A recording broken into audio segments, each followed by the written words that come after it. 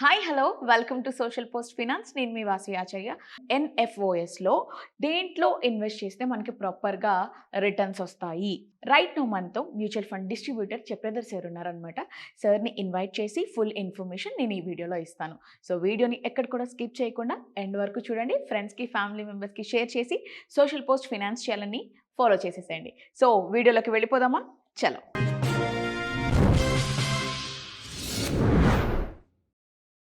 Sir, next come to mutual funds. Mutual ఫండ్స్లో NFOs ఉన్నాయా? ఇప్పుడు యాక్చువల్గా బంధన్ వాళ్ళు స్టార్ట్ అయిందండి.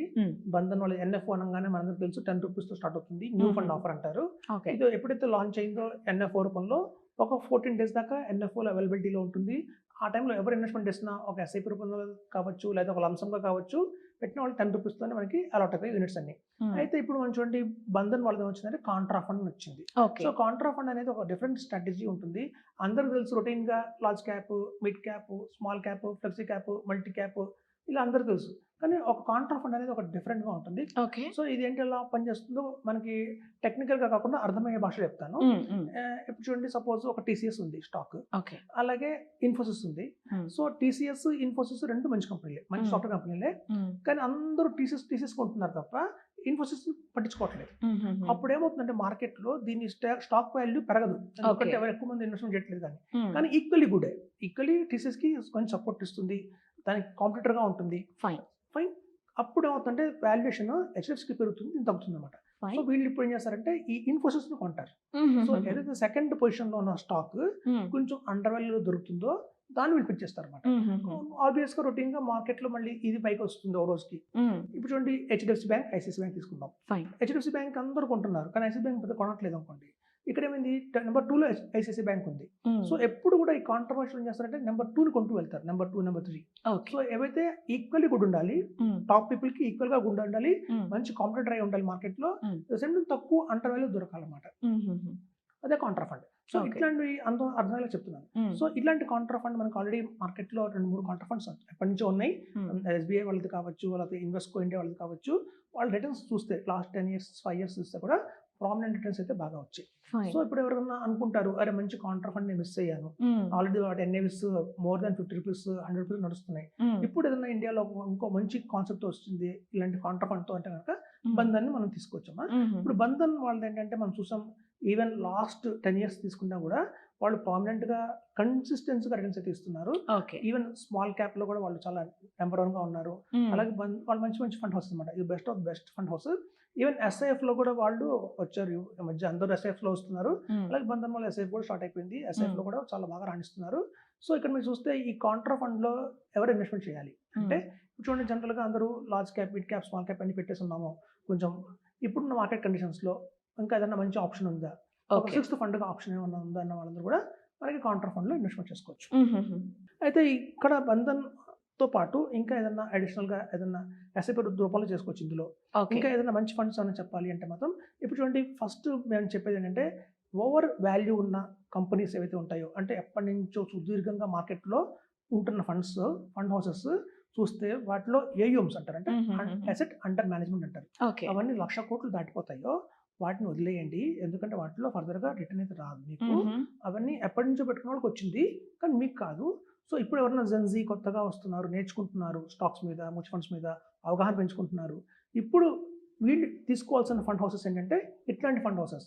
ఏ ఫండ్ హౌసెస్ అయితే ఇంకా బాగా పైకి రాలేదో, ఇంకా గ్రోత్ ఆప్షన్ ఉందో, వాటిలో ఇంకా గ్రోత్ ఉంది అనుకున్న ఫండ్ హౌసెస్ లో తీసుకోవచ్చు. ఇప్పుడు ఎలిఫెంట్స్ 3 రకాలుగా ఉంటాయి. బిగ్ ఎలిఫెంట్ అంటాం, స్మాల్ ఎలిఫెంట్ అంటాం, మీడియం ఎలిఫెంట్ అంటాం.